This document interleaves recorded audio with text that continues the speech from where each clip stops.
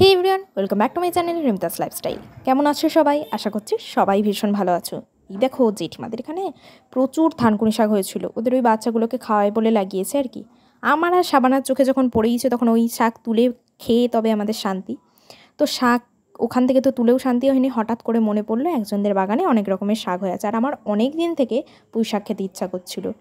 তো এখানে থানকুনি শাক আর লাল শাক তুলে জেঠিমাদের এইখানে বাগানে কিছু লেবু ছিল, তো সেখান থেকে লেবুও তুলেছি। তোলার পরে গান গাইতে গাইতে মনের সুখে একদম লোকের বাগানে চুরি করতে চলে গেছি। আর চুরি করতে গেছি সঙ্গে গার্ড নিয়ে, জানো।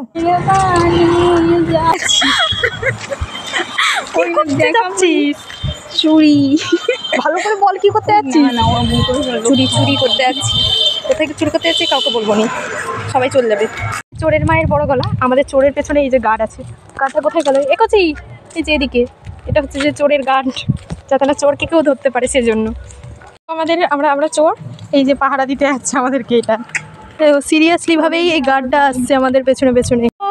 যদি না শেষ হয় ওই বাড়ির কাকিমা যেই দেখো চুরি করে তারপর যাব। আর এই যে ফাইনালি আমরা চুরি করতে চলে গিয়েছি। শাক টাক অনেক কিছু তুলেছি বলতে খালি দু রকমের শাক তুলেছি।